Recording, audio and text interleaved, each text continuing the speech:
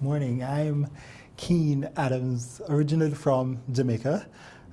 Got here in 2016 with my family, my wife, two children. We have one is 4 years and the other is a little under a year.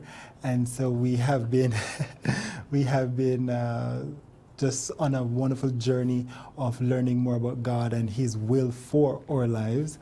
Pastored a few years in Jamaica for about 5 or so years, and have dealt with, if you want to say, as you said earlier, some difficult congregations, but I've seen God bless our efforts, and it was not just about us, but what He did through us. And so we have enjoyed ministry, and we came here to be, just increase our knowledge base to be able to go back and serve Him wherever He wants us to serve. So that door is open for you. It is open. Okay, very good. Mm-hmm. So you embarked on this journey. We gave you about 4,000 pages of information, not expecting you to read only the ones you enjoyed reading. Mm. So as we're sitting here at this table this morning, Keane, tell me how did you enjoy your experience studying justification by faith?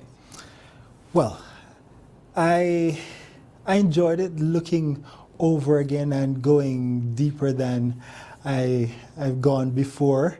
I've thought much about it. I grew up in the Adventist church, and so I was exposed to the good news of salvation. But as it relates to the intricacies of faith, and just that total dependence kind of eluded me at some point, because after all, you're saved by grace, and I thought, growing up, after God saved you, you're justified, then, you want to keep the commandments to pretty much maintain that, and, your works will help you thereafter. Mm-hmm. And so just revisiting it and looking at the whole matter of my not being able to do anything to add to it, and reaffirming that, just driving it home to me that I'll never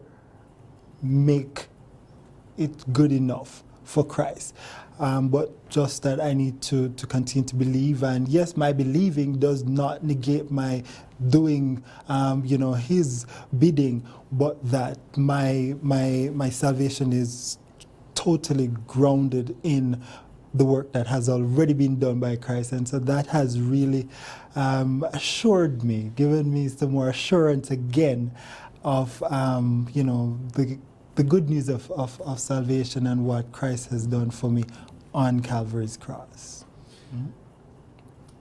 When He spoke the words, "It is finished," has greater impact than just the end of His life at that moment, doesn't it? It does. That He had accomplished something even greater, and He was about to accomplish something even more spectacular than we could imagine when He rose from the grave. Right. So in the journey, and I'm not going to walk you through every detail of it, okay? Yes. But our purpose here today is to just hear how it is you responded to it. Mm-hmm. So when we look at the conversations, and we look at the struggle the church has had. Right. And I'm glad the church has a struggle. I'm glad that we're just not perfect at every level. Growing pains, right? That's right. Do you see evidence of how God is leading the church and moving the church towards this message? As a young minister, as you're studying and growing, do you see how God is moving the church in this direction? I think He is. I'm sure He is. But as it relates to the response from our members, and that total understanding, I believe it's a little slow sometimes in people picking up that fullness of just total dependence. And my wife, as we went through, because we went through the journey together. Excellent. She said, "Oh yes, you have my permission to share," because just that assurance, it kind of eluded her for a very, very, very long time. And having gone through the information this time, I think she got an assurance that she never had before. And so we talk about it, but we don't spend a lot of time just driving it home that, hey, it's really that faith, that trust in God. And so I think while we encourage members to trust God, we do sometimes remind them and others of the importance of doing and doing and doing. And so at some point, because when we do, it's more obvious to people on the outside, and we can maybe put a check mark and say, hey, I've done that, then people feel a little bit more at ease thinking they've checked that off, and the personal relationship of trusting when they're quiet and nobody's seeing them, that sometimes elude them. But I think that the church is understanding the importance of it, but maybe us as ministers need to remind them equally of the importance of total trust and faith. And so I believe God is preparing us to go and do that, and through the publications to just remind us that the work is already done and we need to trust Him, and because He has done it, to live for Him. In justification, the one thing that I found interesting is that it says that under the new covenant, He's going to write His law on our hearts and on our minds. And that, more than that, He is the author and the finisher. So you have two stories of God writing. One, He is writing as the author of your salvation. The other is He is writing His law on your heart. That's right. And the law manifested, speaking now of the congregation, the law manifested in the congregation then would always be an act of love towards God or an act of love towards another human being. Would you agree that justification is what gives the congregation the assurance to be able to speak that love in action? I agree, because if you don't have that peace, if you don't have that assurance that Christ is able to work through you, that He has done something for you, then you will not be able to live peaceably with all men. You'll not be able to share without feeling less than or better than somebody because of maybe social status or whatever it is. But when you realize what God has done for you, then it gives you the opportunity to relate to each other, to your fellow human being, to, as Paul says, owe no man anything but to love them. And you can love freely because Christ has done the same thing for that brother, for that sister, and you feel as if, hey, we're in this thing together. And that's what makes, I guess, the community, the Christian community now more bearable, because undoubtedly somebody will do something, somebody will say something, somebody might rub you the wrong way, but when you remember that this is someone who Christ has died for as well, and that sin pretty much is paid for, and it's the enemy who's trying to get at you, then you're better able to live with each other and to just realize that God is working on the other individual as He's working on you. Absolutely. In Adventist theology, what I love about it is that in our theology you have justification, but it's always connected to sanctification. That justification manifested results in sanctification, then results in glorification. Has this journey strengthened or enlightened in some way the joy of sanctification? It has, because I'm reminded that I'm on a journey, And I mean, it's just an amazing thing. You know, my wife and I, we listened to a sermon some long time ago by David Ashwick, Yes. saying, you know, the one secret to success, and it's getting back up. And since then, I've worked on stuff for myself, and I'm thinking, if you're going to fall the second, third, or fourth time, you must get back up. It's a journey that we're on, and so you're not going to arrive, you're walking.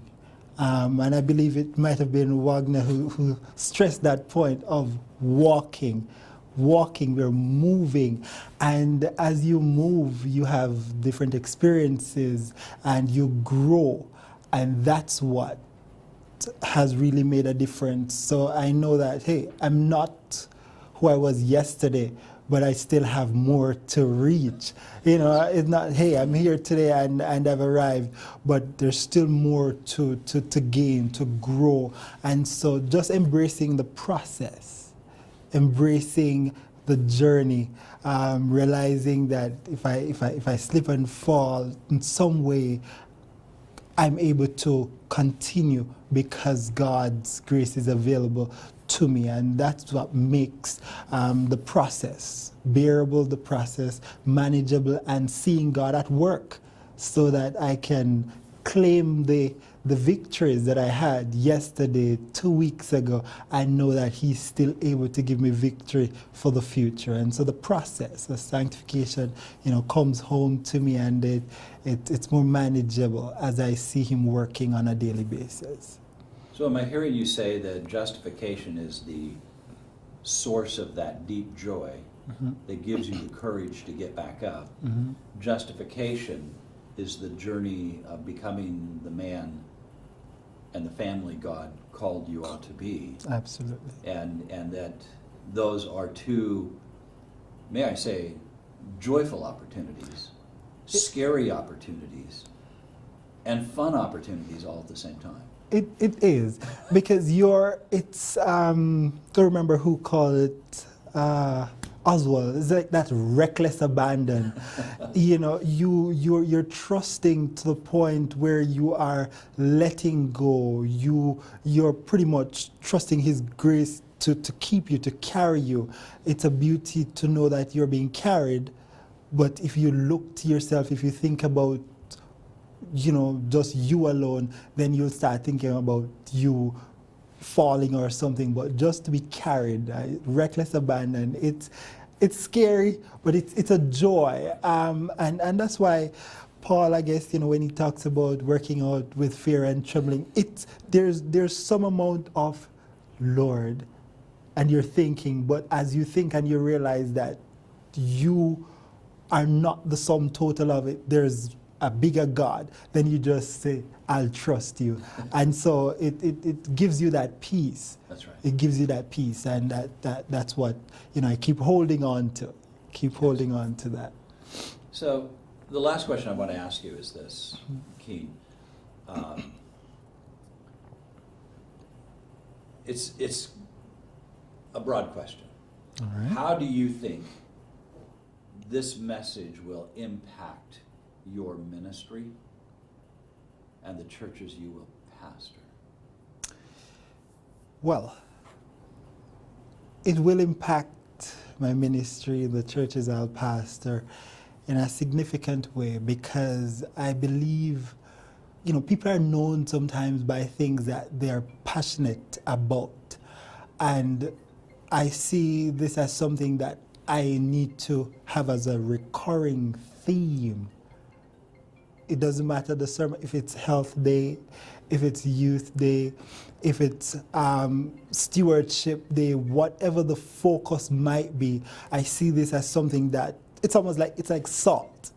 It's pretty much like salt. You're cooking, you will always need that salt therein, and the message, I see it as something that should be included in every sermon, in every talk, in every opportunity I get to share, as a reminder of a work that's already done, as a reminder of a work that we need to just allow God to have us go through that journey, and also for those who just don't know that there's hope. So there's hope for someone out there who, when you look your mind's eyes, or you just can't see that transformation for that person, but just to say, hey, there is transformation possible, not because of what you'll do, not because of what you'll say, but if that person just trusts God to start that process in him, to accept his sacrifice, then he will do the cleaning. And so ministry going forward, it's going to be that constant reminder and that giver of hope to somebody who feels hopeless, who cannot see a way out. I know that there is a work that's already done in you. It's God's will that all of humanity should be saved. And so I have no doubt, no fears. I have no reservation in sharing that good news, because it's already done, paid for, free to us, but cost him his life, but it's already done. And that's what's going to give my ministry more power going forward, because I have that assurance. Next to the last question. No. This is the last question. That was the next to the last. That's it. So what came to my mind listening to what you were saying, Keane, is that of all the things I've read through the works of Ellen White, and enjoyed them all, and I read her as being a person who was very cutting edge, very progressive in Christianity in her day, and still even in our day, if we'll allow her. Relevant, yes. And the statement she said is that this is the message that will lighten the earth with the glory of God. And so when we look at evangelism, what strikes me interesting is that the message of justification by faith is the one that will lighten the earth with the glory of God. Is it possible, and this would be my question, is it possible that in our evangelism, that out of the message of justification then, illuminating God's glory, would then flow all the other truths? Absolutely, because it's that big picture. It's that big picture that you will find in the backdrop, the work of Christ already done. And when you zero in on the details, then you want to take care of your body. When you're zeroing on another part of the picture, you want to be kind to somebody else. When you're zeroing on another part of the picture, you want to be faithful.